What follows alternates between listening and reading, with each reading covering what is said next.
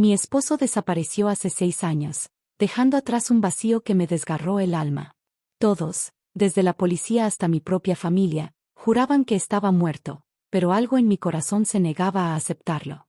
Si estás tan atrapado en esta historia como yo lo estuve en ese misterio, no olvides suscribirte al canal y apoyarnos para seguir trayendo contenido que te mantenga al borde del asiento. Ahora, déjame contarte cómo empezó todo.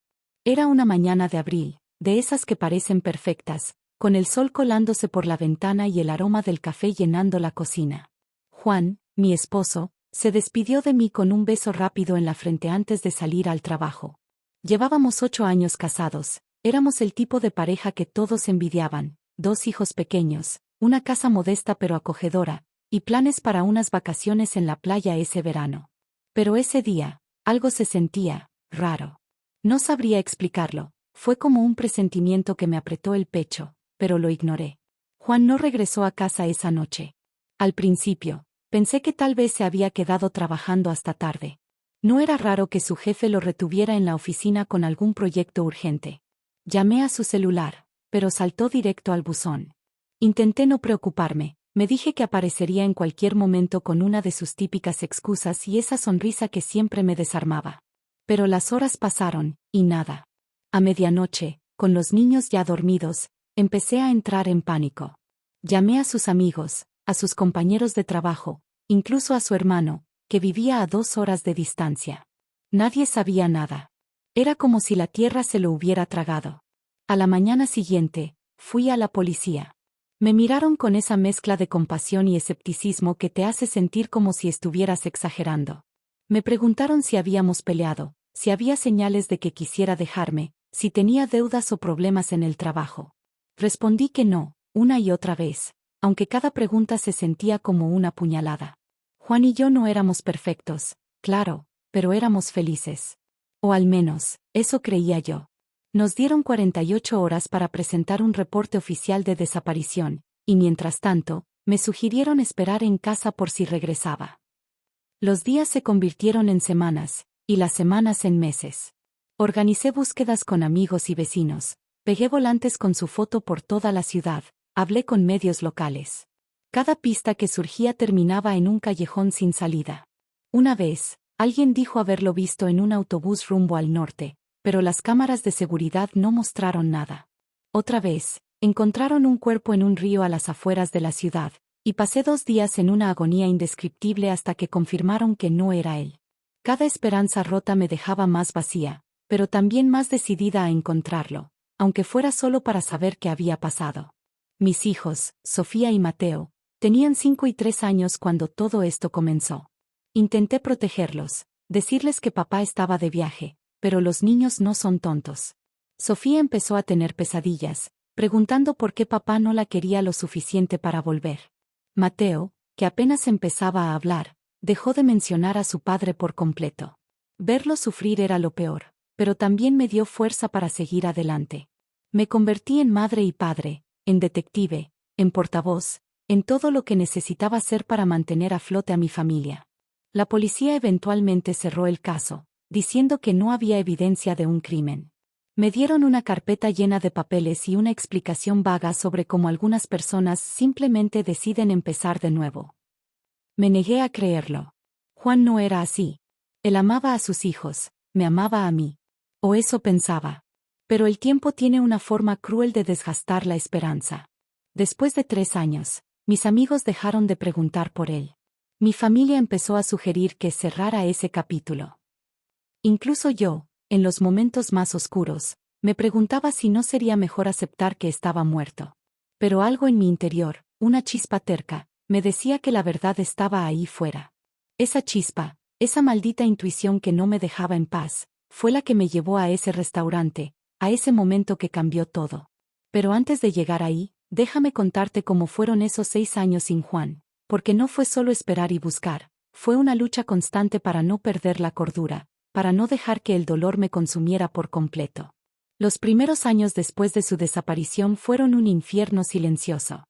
Cada día era una batalla para levantarme de la cama, poner una sonrisa falsa para mis hijos y seguir adelante. Sofía y Mateo se convirtieron en mi ancla, pero también en un recordatorio constante de lo que había perdido.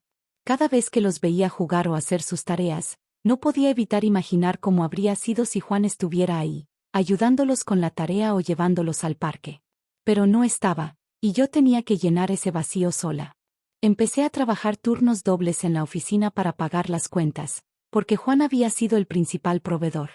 Entre el cansancio, las deudas y las preguntas sin respuesta, hubo noches en las que me derrumbé en el sofá, llorando en silencio para no despertar a los niños. La gente a mi alrededor intentaba ayudar, pero sus palabras a veces dolían más que el silencio. Mi mamá me decía que tenía que seguir adelante por los niños, como si no lo estuviera intentando con cada fibra de mi ser. Mis amigos me animaban a salir, a conocer a alguien más, pero ¿cómo iba a hacerlo? No solo porque aún amaba a Juan, sino porque no podía cerrar esa puerta sin saber qué había pasado. Había algo en su desaparición que no encajaba, algo que me hacía dudar de todo lo que creía saber sobre él. Una vez, revisando sus cosas viejas en el ático, encontré una libreta con anotaciones extrañas, números, direcciones, nombres que no reconocía. Intenté investigarlo, pero no llevaba a ninguna parte. Solo alimentó mi paranoia. Con el tiempo, aprendí a vivir con la incertidumbre, aunque nunca la acepté del todo. Me volví una experta en fingir normalidad. Llevaba a Sofía a sus clases de baile, ayudaba a Mateo con sus primeros partidos de fútbol, incluso empecé a salir con amigas de vez en cuando. Pero siempre había un hueco, una sombra que me seguía. Las noches eran lo peor. Me acostaba mirando el lado vacío de la cama, preguntándome si alguna vez tendría respuestas. A veces, soñaba con Juan, pero no eran sueños felices. En uno, él estaba en un lugar oscuro, gritando mi nombre, pero yo no podía alcanzarlo. En otro, simplemente me miraba, sin decir nada, como si me culpara por algo que yo no entendía. La vida siguió, como siempre lo hace. Los niños crecieron, y aunque nunca dejaron de preguntar por su papá, las preguntas se volvieron menos frecuentes. Sofía, que ya tenía 11 años, empezó a interesarse por chicos y a pelear conmigo por tonterías de adolescentes. Mateo, con 9, se volvió más reservado, pero a veces lo sorprendía mirando fotos viejas de Juan con una tristeza que me rompía el corazón. Intenté ser fuerte por ellos, pero cada año que pasaba sin noticias me hacía sentir más sola. Hasta que llegó ese día en el restaurante. Cuando vi a Juan cruzar la calle con esa mujer y esa niña, el mundo se detuvo. Mi amiga, Laura, me tomó del brazo, preguntándome qué pasaba, pero no podía hablar. Solo podía verlo a él, a ese hombre que había sido mi todo, caminando como si nada, con una vida que no me incluía. La mujer a su lado era joven, tal vez unos 10 años menor que yo, con el cabello largo y una sonrisa que parecía genuina. La niña, que no debía tener más de 5 años, se parecía tanto a Juan que me dio un vuelco el estómago. Sus ojos, su forma de caminar, todo en ella gritaba que era su hija. ¿Cómo era posible? ¿Cuándo había pasado esto? ¿Había estado viviendo esta doble vida todo este tiempo, o era algo que empezó después de desaparecer? Laura me arrastró adentro del restaurante, diciendo que necesitaba sentarme y tomar agua. Pero yo no podía apartar la vista de la ventana. Juan y su nueva familia entraron al mismo lugar donde yo estaba, y por un momento, pensé que me desmayaría. Se sentaron en una mesa al fondo, riendo, compartiendo un plato de papas fritas. Era tan normal, tan cotidiano, que me dio rabia. ¿Cómo podía estar tan tranquilo? ¿Cómo podía fingir que los últimos 6 años no habían existido, que yo y nuestros hijos no existíamos? Quise enfrentarlo. Quise pararme, caminar hasta su mesa y exigirle que me explicara todo. Pero algo me detuvo. Tal vez fue el miedo a lo que descubriría, o tal vez fue la mirada de felicidad en la cara de esa niña. No lo sé. Lo único que sé es que me quedé ahí, paralizada, mientras mi mente se llenaba de preguntas. ¿Sabía esa mujer quién era yo? ¿Era ella la razón por la que Juan se fue? ¿Y la niña? ¿Era su hija? Si lo era, eso significaba que Juan había estado construyendo esta otra vida mientras yo lo buscaba desesperadamente. Laura insistió en que nos fuéramos, pero no podía moverme. No podía dejar de mirar a Juan. Había envejecido un poco, tenía algunas canas y unas arrugas nuevas alrededor de los ojos, pero era él. No había duda. Y entonces, como si el universo quisiera torturarme aún más, sus ojos se encontraron con los míos. Por una fracción de segundo, nos miramos. Mi corazón se detuvo. Pero él, Él apartó la mirada. Como si no me conociera. Como si yo no fuera nada. Ese instante en que Juan apartó la mirada me rompió algo por dentro, pero también encendió una furia que no sabía que llevaba guardada. Fue como si esos 6 años de dolor, de noches sin dormir, de preguntas sin respuesta, se condensaran en un solo momento. Quise creer que me había equivocado, que no era él, que mi mente me estaba jugando una mala pasada. Pero no había forma de negarlo. Era Juan, en carne y hueso, sentado a unos metros de mí, viviendo una vida que yo no conocía. Mi amiga Laura seguía hablando, tratando de sacarme de mi trance, pero sus palabras eran solo un zumbido lejano. Todo en lo que podía pensar era en él, en esa mujer, en esa niña, y en lo que significaba todo eso para mí y para mis hijos. Me levanté de la mesa sin decir nada. Laura intentó detenerme, pero la esquivé y caminé hacia la mesa de Juan. No sé de dónde saqué el valor, pero cada paso que daba sentía como si estuviera cruzando un abismo. Mi corazón latía tan fuerte que pensé que todos en el restaurante podían escucharlo. Cuando llegué a su mesa, me detuve. Juan estaba de espaldas, inclinado hacia la niña, ayudándola a cortar un pedazo de carne. La mujer, que ahora podía ver de cerca, tenía una expresión tranquila, casi maternal, mientras le hablaba a la niña. Era una escena tan normal, tan perfecta, que por un segundo dudé de mí misma. ¿Y si estaba a punto de arruinar algo que no entendía? Entonces, Juan levantó la mirada y me vio. Esta vez, no apartó los ojos. Su rostro cambió en un instante, la sonrisa se desvaneció, sus ojos se abrieron de par en par, y por un momento pareció que el aire se le escapaba. La mujer notó su reacción y giró la cabeza hacia mí, confundida. ¿Puedo ayudarte?, preguntó, con un tono amable pero firme. No respondí. Mi mirada estaba fija en Juan, y él lo sabía. La niña, ajena a todo, siguió comiendo, tarareando una canción que no reconocí. Juan, dije, mi voz temblorosa pero clara. Fue la primera vez que pronuncié su nombre en voz alta en años, y se sintió como un golpe. Él no dijo nada, solo me miró, como si estuviera buscando una salida. La mujer frunció el ceño, claramente incómoda. ¿Lo conoces?, le preguntó a Juan, y su voz tenía un matiz de sospecha. Él abrió la boca, pero no salió ninguna palabra. Fue entonces cuando me di cuenta de que no estaba preparada para esto. Había imaginado este momento 1000 veces, pero en mi cabeza siempre era diferente. Él me explicaba todo, me pedía perdón, o al menos me daba una razón. Pero ahí, en ese restaurante lleno de gente, solo había silencio. 6 años, Juan, dije, sintiendo como la rabia y el dolor se mezclaban en mi voz. 6 años buscando, llorando, pensando que estabas muerto y tú estás aquí, con ¿esto? Hice un gesto hacia la mujer y la niña, incapaz de contenerme. La mujer se puso de pie, claramente molesta. Disculpa, pero ¿quién eres? ¿Qué está pasando aquí?, exigió, mirando a Juan como si esperara que él aclarara todo. Pero Juan seguía mudo, con la mirada baja, como un niño atrapado en una mentira.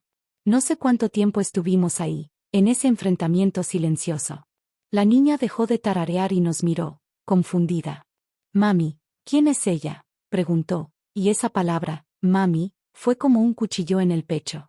No solo porque confirmaba que esa mujer era parte de la vida de Juan, sino porque me hizo pensar en Sofía y Mateo, en cómo ellos habían perdido a su padre mientras esta niña lo tenía. Quise gritar, quise romper algo, pero en lugar de eso, me di la vuelta y salí del restaurante. No podía respirar. Sentía que el mundo se me venía encima. Laura me alcanzó en la calle, prácticamente corriendo detrás de mí. ¿Qué fue eso? ¿Era él? ¿Era Juan?, preguntó, jadeando.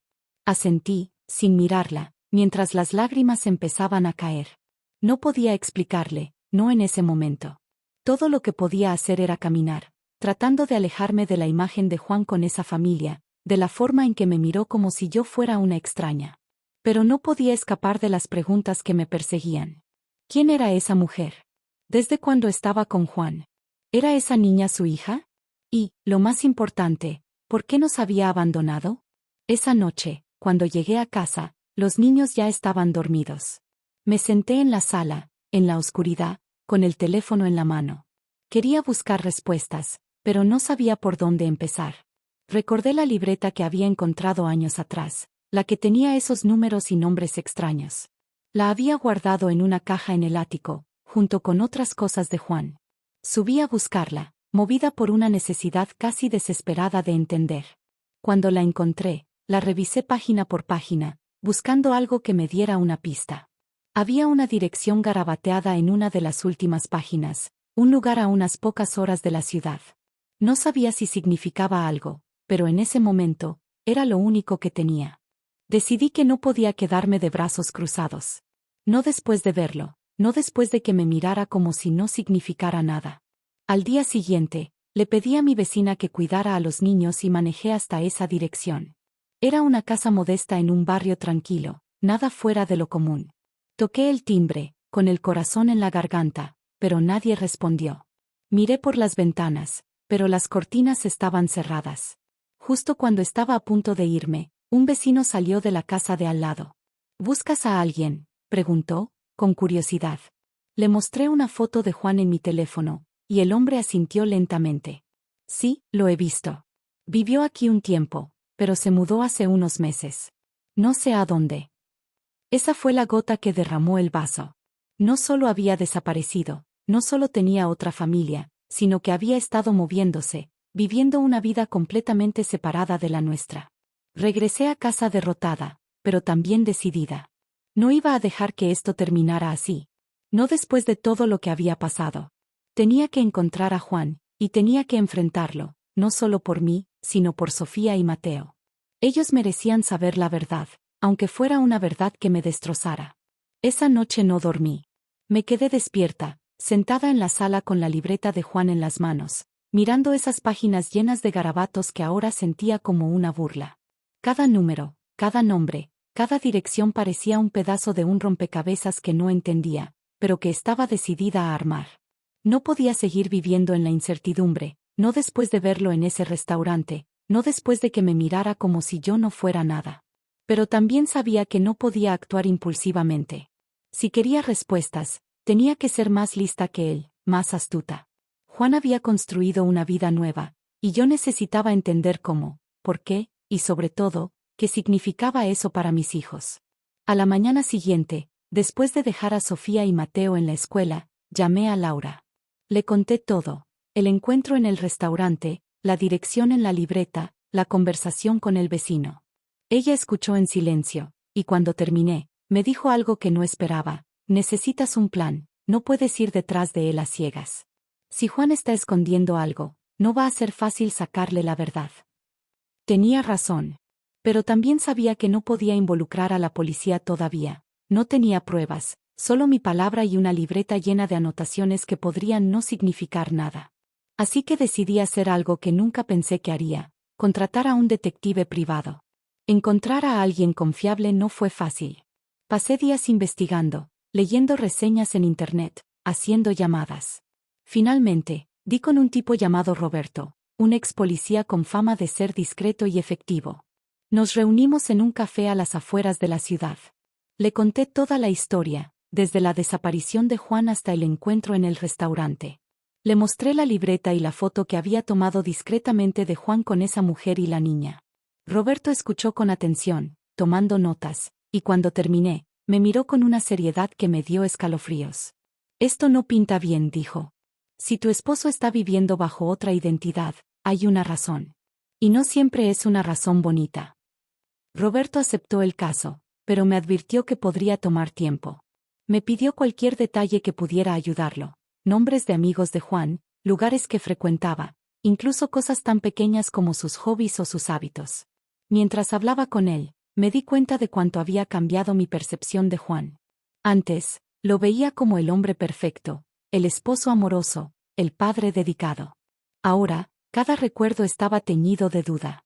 ¿Había estado mintiendo todo el tiempo? ¿Había algo en nuestra vida juntos que no vi, algo que me cegó? Los días siguientes fueron una tortura. Cada vez que sonaba el teléfono, mi corazón se aceleraba, esperando noticias de Roberto. Mientras tanto, intenté mantener la normalidad para los niños. Sofía estaba en una fase rebelde, peleando por todo, desde la hora de dormir hasta la ropa que quería usar.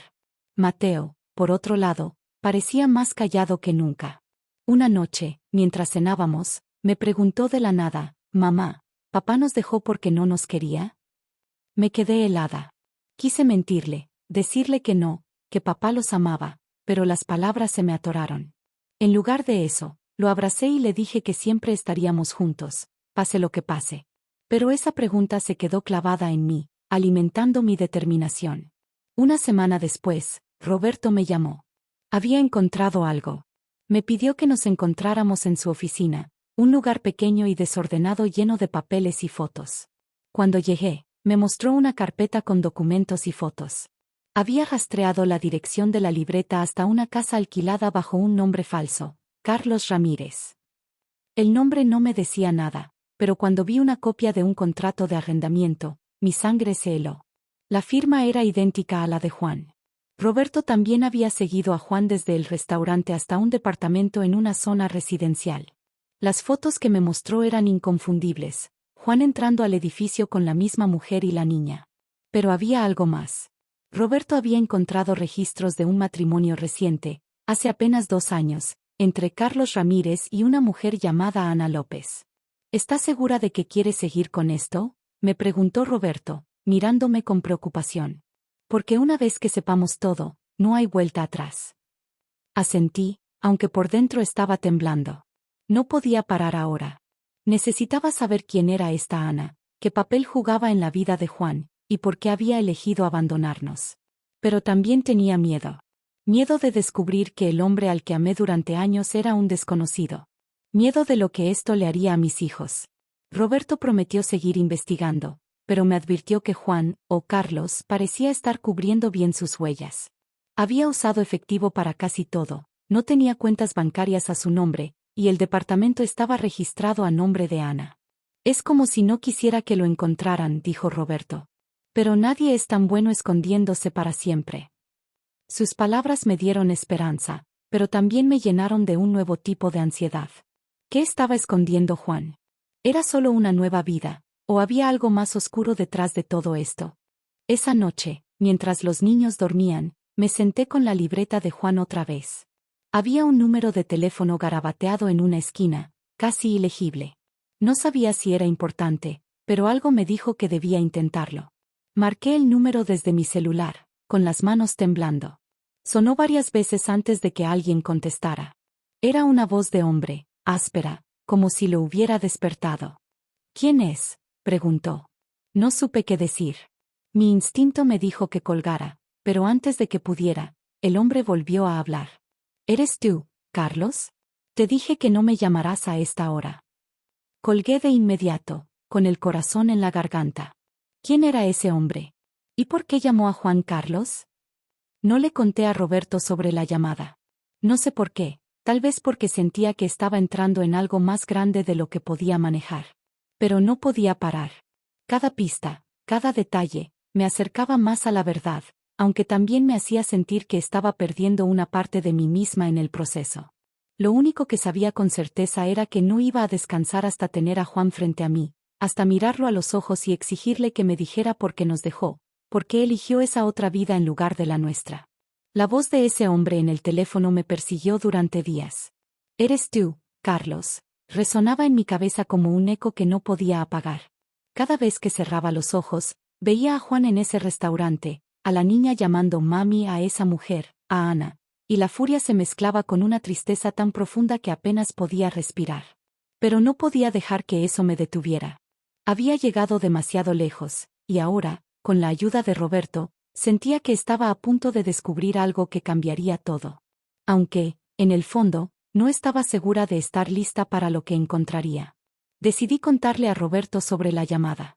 Me miró con el ceño fruncido, claramente molesto de que no se lo hubiera mencionado antes. Eso cambia las cosas, dijo, mientras anotaba el número en un cuaderno.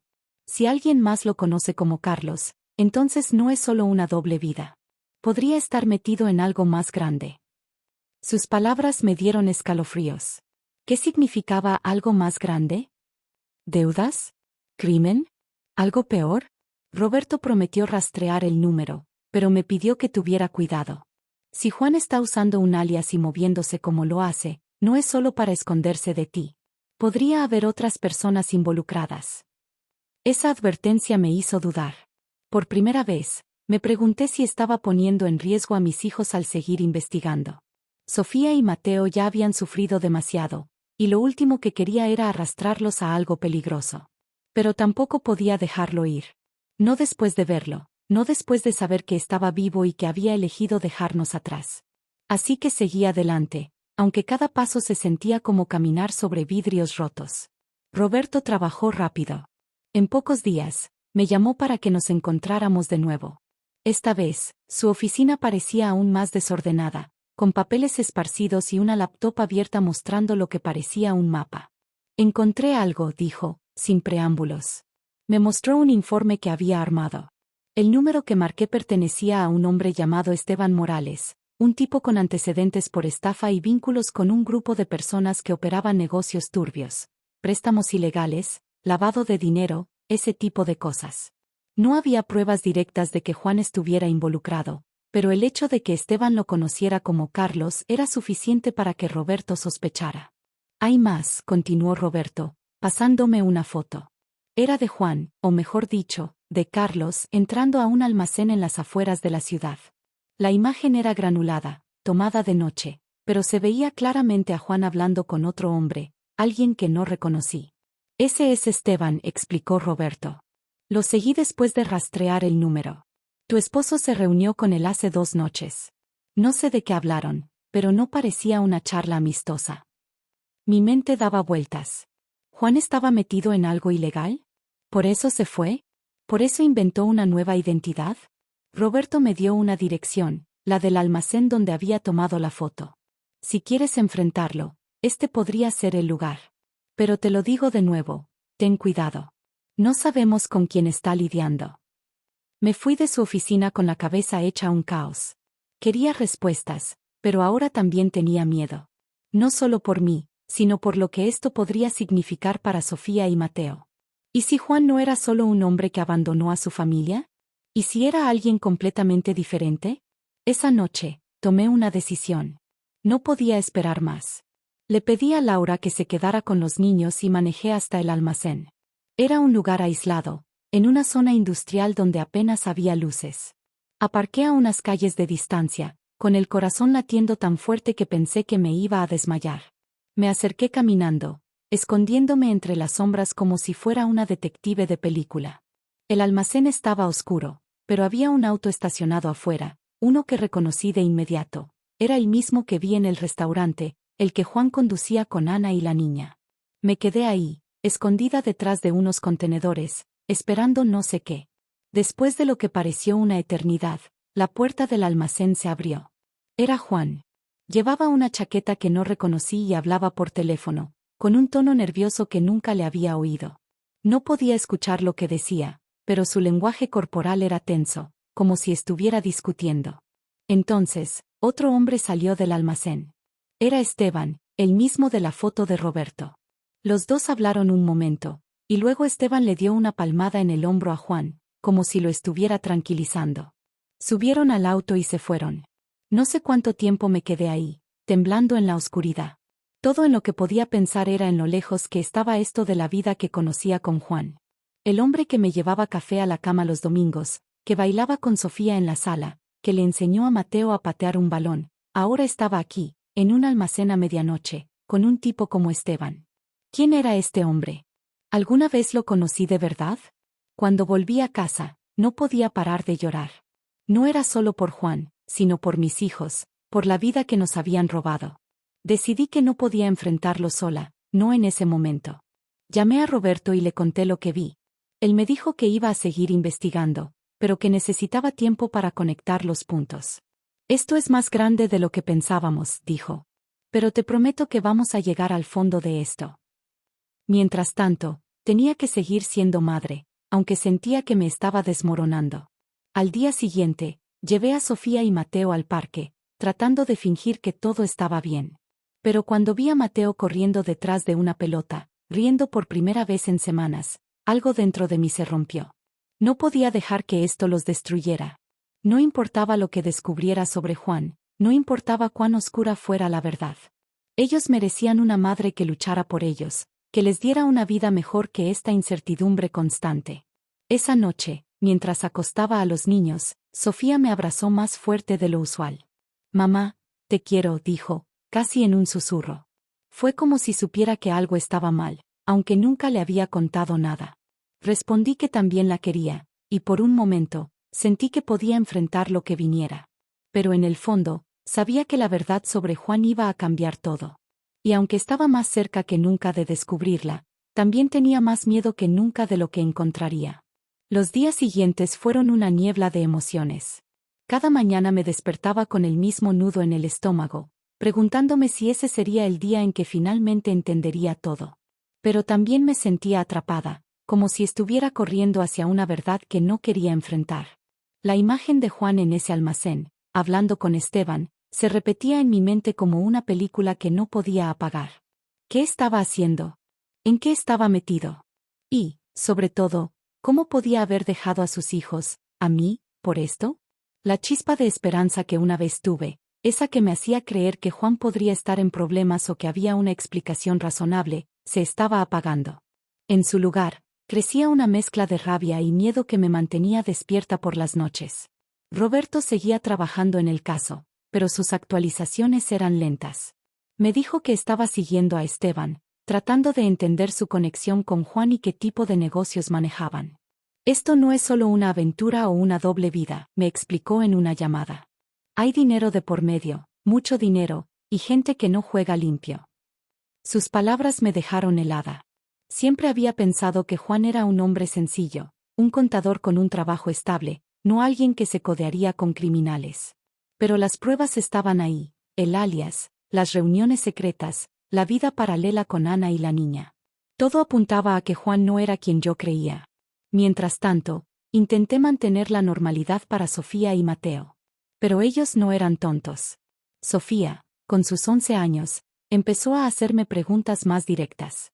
Una tarde, mientras preparaba la cena, me miró fijamente y dijo, «Mamá, tú sabes dónde está papá, ¿verdad?» Su tono no era acusador, sino triste, como si supiera que le estaba escondiendo algo. Intenté esquivar la pregunta, diciendo que no sabía nada nuevo, pero su mirada me atravesó. Mateo, por su parte, se volvió más retraído. Ya no hablaba de su papá, pero lo sorprendí varias veces dibujando figuras solitarias en su cuaderno, siempre con una expresión seria. Me dolía el corazón al verlos así, pero no sabía cómo protegerlos de una verdad que ni yo misma entendía. Una noche, mientras revisaba la libreta de Juan por enésima vez, encontré algo que había pasado por alto, una serie de fechas anotadas al final de una página, junto con iniciales. Algunas eran de años atrás, antes de que Juan desapareciera. Las comparé con un calendario viejo y me di cuenta de que coincidían con días en los que él decía estar en viajes de trabajo. Siempre había confiado en él, nunca cuestioné esas ausencias. Pero ahora, esas fechas parecían gritarme que Juan ya estaba planeando su escape mucho antes de desaparecer. Sentí una oleada de traición tan fuerte que tiré la libreta contra la pared. ¿Cómo pude estar tan ciega? Decidí actuar. No podía esperar más a que Roberto resolviera todo. Tomé el número de teléfono que había marcado antes, el de Esteban, y lo volví a intentar, esta vez desde un teléfono público para no dejar rastro. Sonó varias veces antes de que contestara la misma voz áspera. «¿Quién es?», preguntó, con un tono impaciente. Respiré hondo y, sin pensarlo demasiado, dije, «Soy alguien que conoce a Carlos. Necesito hablar con él». Hubo un silencio largo, tan largo que pensé que colgaría. Pero entonces, el hombre soltó una risa seca. «Carlos no habla con cualquiera. Si quieres algo, dime dónde estás, y veremos». Colgué, con el corazón latiendo a mil. Había sido una estupidez, lo sabía, pero también sentía que estaba un paso más cerca. Le conté a Roberto sobre la llamada, y esta vez no se contuvo. «¿Estás loca?», me gritó por teléfono. «No tienes idea de con quién estás tratando. Esteban no es un tipo cualquiera, y si Juan está metido con él, estás jugando con fuego». Me pidió que no volviera a hacer nada sin consultarlo, pero también me dijo que la llamada podría haber sido útil. Si Esteban está nervioso, podría cometer un error. Y eso nos dará una oportunidad. Me pidió que me mantuviera al margen por unos días mientras él seguía una nueva pista, un contacto que podría saber más sobre las actividades de Esteban y, por extensión, de Juan. Esos días de espera fueron los peores. Me sentía atrapada en mi propia vida, fingiendo ser una madre normal mientras mi mundo se desmoronaba. Una noche, mientras ayudaba a Mateo con su tarea, recibí un mensaje de texto de un número desconocido. Era solo una línea, para de buscar, por tu bien. Mi sangre se heló. ¿Era Esteban? ¿Era Juan? ¿O alguien más? No respondí, pero no podía dejar de temblar. Corrí a revisar las puertas y ventanas, asegurándome de que todo estuviera cerrado. Por primera vez, sentí que no solo estaba buscando respuestas, sino que estaba en peligro. Llamé a Roberto de inmediato. Le conté sobre el mensaje, y su tono cambió por completo. No salgas de casa, me ordenó. Voy a mandar a alguien a vigilar tu calle esta noche. Y no hagas nada, ¿entendido? Asentí, aunque él no podía verme, y colgué. Me senté en la sala, abrazando a mis hijos mientras dormían, sintiendo que el mundo se cerraba a mi alrededor. No sabía si el mensaje era una amenaza real o solo un intento de asustarme, pero funcionó. Por primera vez, me pregunté si valía la pena seguir. ¿Y si la verdad sobre Juan ponía en riesgo a mis hijos? ¿Y si, al final, no había nada que pudiera redimirlo? Pero entonces pensé en Sofía, en cómo me miraba buscando respuestas. Pensé en Mateo, en sus dibujos tristes y su silencio. Ellos merecían saber quién era su padre, aunque fuera un monstruo. Y yo merecía cerrar esta herida, aunque doliera. Así que, a pesar del miedo, decidí que no me detendría. No hasta tener a Juan frente a mí, no hasta escuchar de su propia boca por qué nos abandonó, por qué eligió a Ana, a esa niña, a esa vida en las sombras. Y si eso significaba enfrentarme a Esteban o a quien fuera, lo haría. Porque ya no era solo por mí. Era por mis hijos, por la familia que éramos antes de que todo se rompiera. El mensaje de texto, para de buscar, por tu bien, se convirtió en una sombra que me seguía a todas partes. Cada ruido en la casa, cada auto que pasaba por la calle, me ponía en alerta. Dormía con el teléfono al lado, revisando 2 veces las cerraduras antes de acostarme. Pero el miedo no me detuvo, al contrario, me dio más fuerza. Si alguien pensaba que podía intimidarme para que dejara de buscar la verdad, no me conocía. Había pasado 6 años en la oscuridad, criando a mis hijos sola, llorando a un hombre que ahora sabía que no merecía mis lágrimas. No iba a rendirme ahora, no cuando estaba tan cerca. Roberto me llamó al día siguiente con noticias. Había seguido la pista del contacto de Esteban, un hombre llamado Raúl, que resultó ser un ex socio suyo en negocios de dudosa legalidad. Según Roberto, Raúl estaba dispuesto a hablar, pero no por teléfono. Quiere reunirse en persona, me dijo.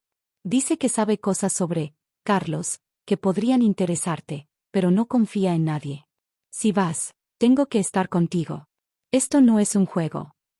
Acepté, aunque la idea de encontrarme con alguien que estaba conectado a ese mundo me ponía los nervios de punta. Pero no había vuelta atrás. Necesitaba saber. La reunión fue en un bar de mala muerte en las afueras de la ciudad, un lugar con mesas pegajosas y una luz tenue que apenas dejaba ver los rostros. Roberto me acompañó, sentado a mi lado como si fuera mi guardaespaldas. Raúl llegó tarde, un hombre flaco con ojos nerviosos que no paraban de mirar hacia la puerta. Cuando se sentó, fue directo al grano. Carlos, o como sea que lo conoces, está metido hasta el cuello, dijo, con una voz baja y rasposa. Debe mucho dinero. No solo a Esteban, sino a gente más grande. Gente que no perdona. Mi estómago se retorció. Raúl explicó que Juan, bajo el nombre de Carlos, se había involucrado en un esquema de préstamos ilegales años atrás. Al principio, solo movía dinero, pero las cosas se salieron de control. Deudas, amenazas, promesas rotas. Según Raúl, Juan intentó salirse, pero no era tan fácil. Cuando quiso dejarlo, ya era demasiado tarde. Le dieron 2 opciones, desaparecer o pagar con su vida. Hizo una pausa, mirándome como si quisiera medir mi reacción.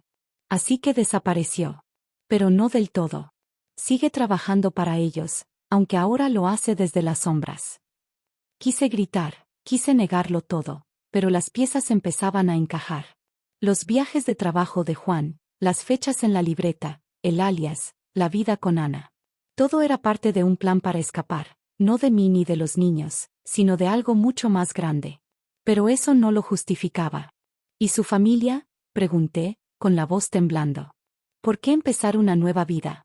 ¿Por qué no nos dijo nada? Raúl se encogió de hombros. No sé si fue por miedo o por egoísmo. Tal vez pensó que era la única forma de protegerlos. O tal vez solo quería empezar de cero. La gente hace cosas raras cuando está desesperada. Salí de ese bar sintiéndome como si me hubieran arrancado el aire. Roberto me llevó a casa, pero no hablamos mucho en el camino. No había palabras para describir lo que sentía, una mezcla de traición, alivio y una tristeza infinita. Juan no estaba muerto, no había sido secuestrado, no había perdido la memoria. Había elegido irse, había elegido construir una nueva familia mientras nosotros lo llorábamos. Pero también estaba atrapado, según Raúl, en un mundo del que no podía escapar. ¿Eso lo hacía menos culpable? No lo sabía. Esa noche, mientras los niños dormían, tomé una decisión. No podía seguir dejando que Roberto manejara todo. Necesitaba enfrentar a Juan, cara a cara, sin intermediarios. Pero antes, tenía que proteger a Sofía y Mateo. Llamé a mi mamá y le pedí que se los llevara unos días a su casa, diciendo que necesitaba tiempo para resolver asuntos personales. Ella no preguntó mucho, pero vi la preocupación en sus ojos cuando dejó a los niños con ella. «Ten cuidado, hija», me dijo. Asentí, aunque no estaba segura de qué tan cuidadosa podía ser. Roberto me dio una última pista, una nueva dirección donde Juan había sido visto recientemente. Era un departamento en un edificio de clase media, no muy lejos del restaurante donde lo vi por primera vez. Decidí ir sola, a pesar de las advertencias de Roberto. No quería más intermediarios, no quería más fotos granuladas o informes. Quería mirar a Juan a los ojos y preguntarle por qué. ¿Por qué nos dejó? ¿Por qué eligió a Ana? ¿Por qué permitió que sus hijos creyeran que estaba muerto? Llegué al edificio al atardecer, con el corazón en la garganta. Toqué el timbre del departamento que Roberto me había indicado, pero nadie respondió. Insistí, golpeando la puerta con más fuerza de la necesaria. Finalmente, la puerta se abrió, y ahí estaba Ana. No Juan, sino Ana, la mujer que vi en el restaurante. Me miró con una mezcla de sorpresa y molestia. «¿Qué quieres?», preguntó, cruzando los brazos.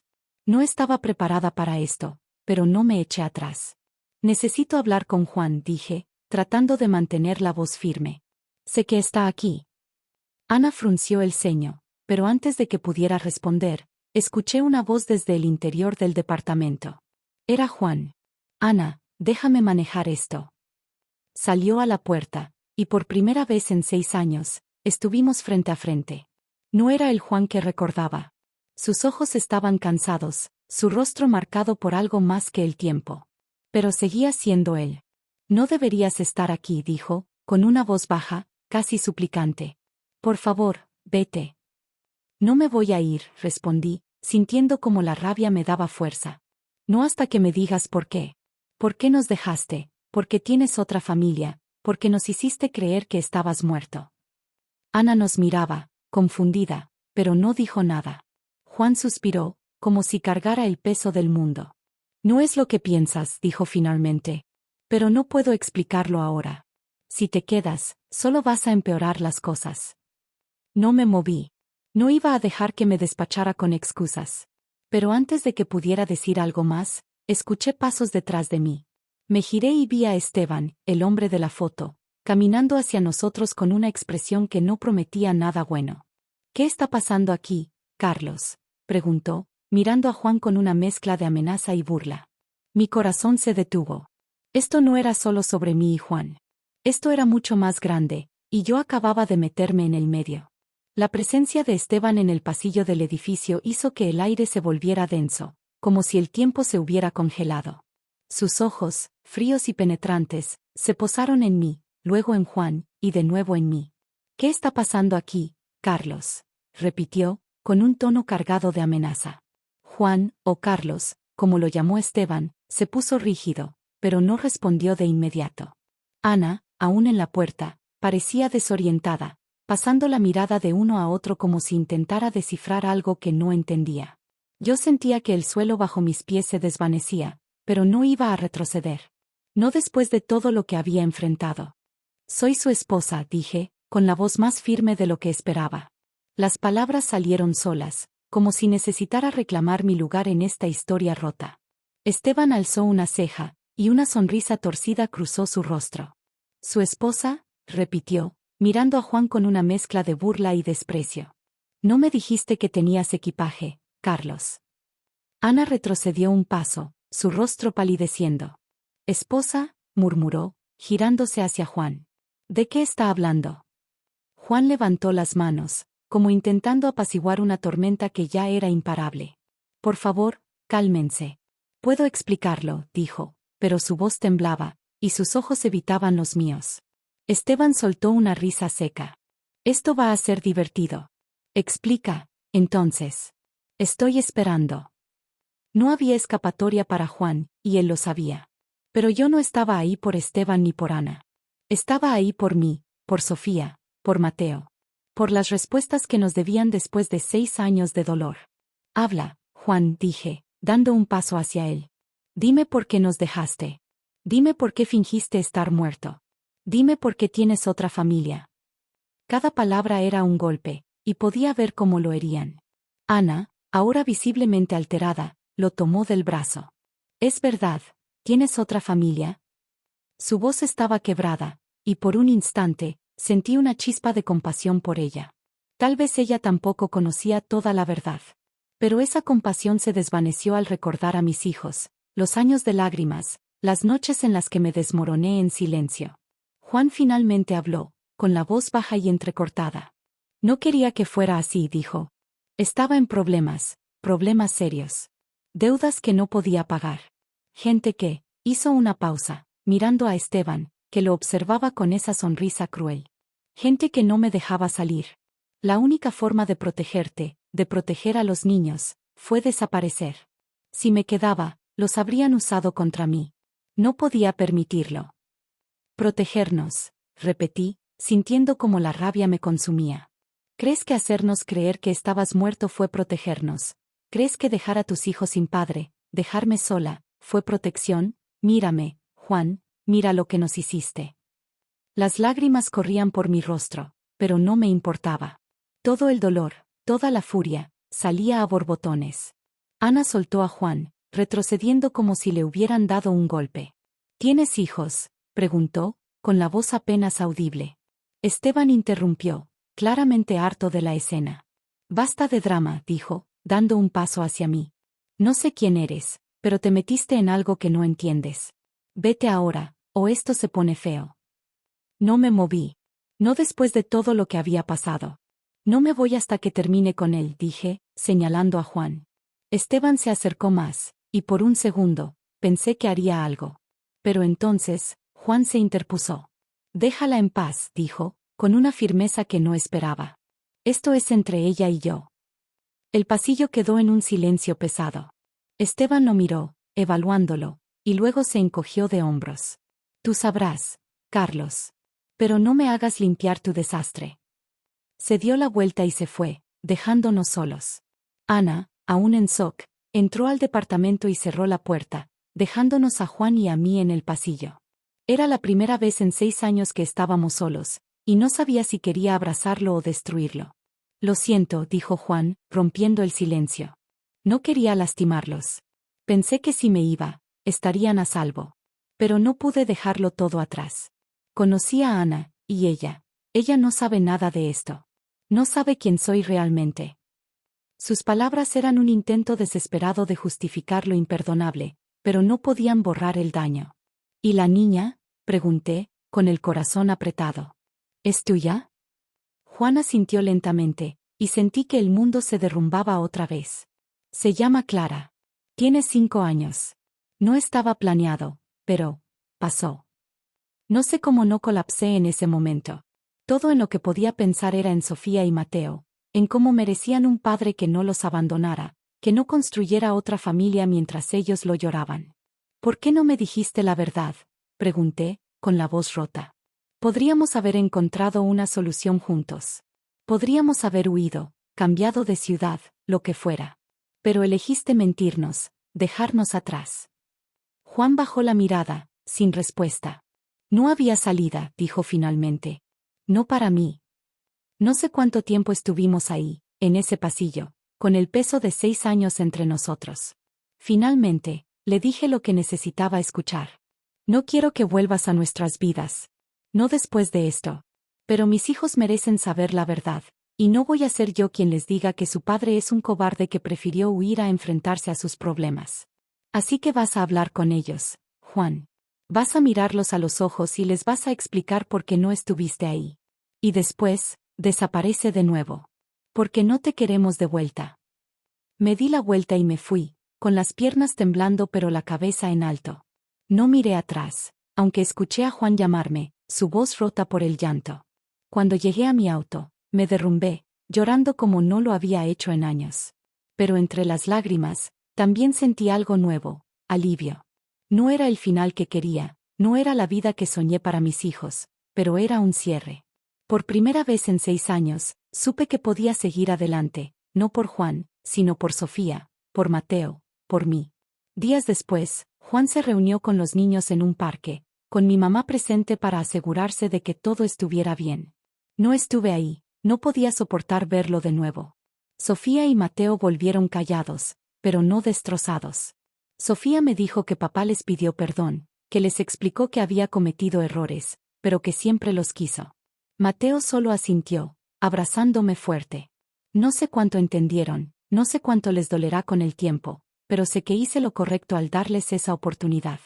Roberto me llamó una semana después para decirme que Esteban había desaparecido, probablemente porque sospechaba que lo estaban vigilando. Juan, o Carlos, también se fue de la ciudad, según los últimos informes. No sé a dónde, y no me importa. Lo único que importa es que mis hijos y yo estamos juntos, reconstruyendo nuestra vida, pedazo a pedazo. No es fácil, y tal vez nunca lo sea. Pero por primera vez en mucho tiempo, siento que podemos respirar, que podemos mirar hacia adelante sin la sombra de Juan persiguiéndonos.